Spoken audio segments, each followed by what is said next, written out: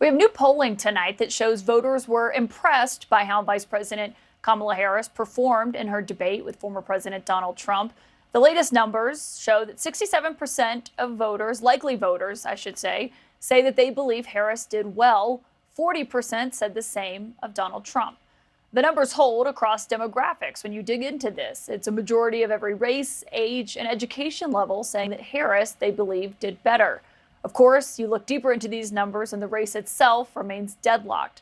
My source on all of this helped prepare Donald Trump for that debate and is now a Trump transition team co-chair, Tulsi Gabbard. And it's great to have you here. You know, when you do look Thanks, at these Caitlin. numbers, and we talked about Pennsylvania a moment ago, but just overall, we've got 46 days to go before the election. Neither one of them has a decisive advantage.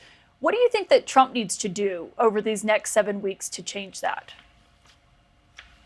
I think he's going to continue to stay very focused on reaching out to voters, not taking a single person for granted, and talking to them about the issues that they care about most, that impact their everyday lives the most. This is such a unique situation that we all find ourselves in, where we have two people running for president who actually have a record. So it's not just about, are these empty campaign promises?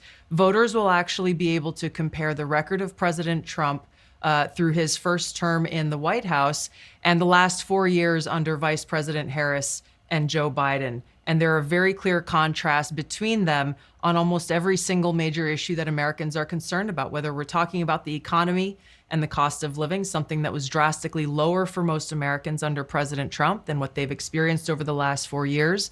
We look at border security, we look at crime, we look at domestic policy and foreign policy. In each of these areas, President Trump will continue to share with voters his record of success and remind them about how overall the quality of life for the American people was much better under him and why he looks forward to coming back into office to improve their quality of life once again.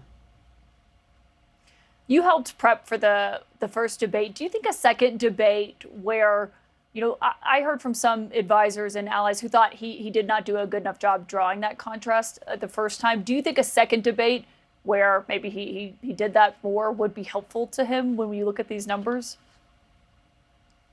Yeah, Caitlin, I think the numbers that you just showed, people's opinions on the debate versus how they're actually going to vote, that the race is still very close, kind of just illustrates, frankly, how these debates have become nothing more than political theater that political pundits like to focus on and talk about a lot. And a lot of the mainstream media likes to talk about the debates. But when it comes down to voters, what they really care about most are hearing from these candidates about their issues and about their record. And so I've had personal experience with this. When I ran for president in 2020, it was a frustrating situation where, you've got 90 seconds, maybe 2 minutes to talk about very serious issues that people are impacted by every day. So President Trump's going to continue to stay focused. He is working hard. He is traveling and going and seeing voters exactly where they are. You talked about a disciplined campaign and having that. When Trump is in North Carolina on Saturday, a must-win state, do you share the concerns that others have about Mark Robinson and the new reporting that came out today about the candidate and the comments that he's made, given Trump has emphatically endorsed him? Do you think he should disavow him? Based on what I've seen in the news today, those are questions for Mark Robinson. President Trump is running for president, not Mark Robinson. So what I know is that he is going to continue to stay very focused on his mission and not be distracted from his effort to try to save our country from the disaster that would occur if Kamala Harris is elected as our president and commander in chief. And so that's what's driving him. That's what he cares most about. And that's what he's going to continue to stay focused on doing.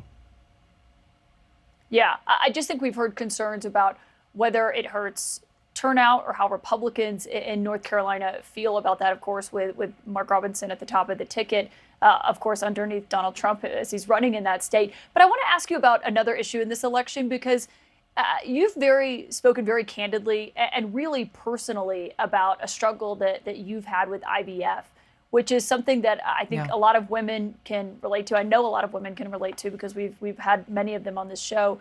I wonder if you have concerns that the Trump-Vance ticket alienates other women who may have gone through that when we're talking about past comments on childless cat ladies, or when Governor Sanders, Sarah Sanders of Arkansas, is saying, you know, her kids humble her, but Harris doesn't have anyone to humble her.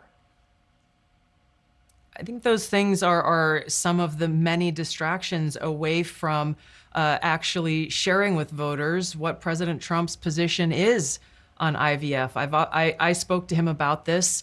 He didn't know I was going to ask him a question. He didn't know what I was going through, but we did a town hall in La Crosse, Wisconsin, where I shared with him the struggles that my husband and I went through in trying to start our own family, and how we went through multiple rounds of IVF as part of that process. And unfortunately, it didn't work out for us, but it does help so many families. And President Trump shared with me what he has been consistent in all along, is how much he supports people's efforts who are going through these struggles, how much he supports IVF, even going farther than I think anyone else has, as far as I know, in politics, in making sure that we have access. As you know, it's extremely expensive. Even for service members in the military, TRICARE doesn't cover IVF. So for him to take that action and say he wants to make sure that it's accessible for everyone, even if you don't have money, this is the truth about President Trump's position on this, as well as a whole host of other issues that Vice President Kamala Harris and many in the mainstream media continue to lie about and foment fear about, as though he is not supportive of families and women who are going through this very tough period. Yeah, we've never said that he's not supportive of IVF. I mean, he himself has stated that. But you're the transition co-chair, and Trump's plan about paying, either having the government pay for it or insurers cover it. Is there a plan in the works to develop that? Because Tom Cotton told me earlier this week that he had not been briefed on one yet. Well, President Trump is focused on earning the trust and confidence and votes of Americans in this country. As you pointed out, we have just 47 days left before Election Day, and that's what he's focused his energy on right now. I know there are people who are working on the policy front, but he is very much focused on getting out there and speaking the truth about his record and Kamala Harris's record, so that people can understand the truth and not be distracted by all of these other things. Tulsi Gabbard, thank you for joining us tonight.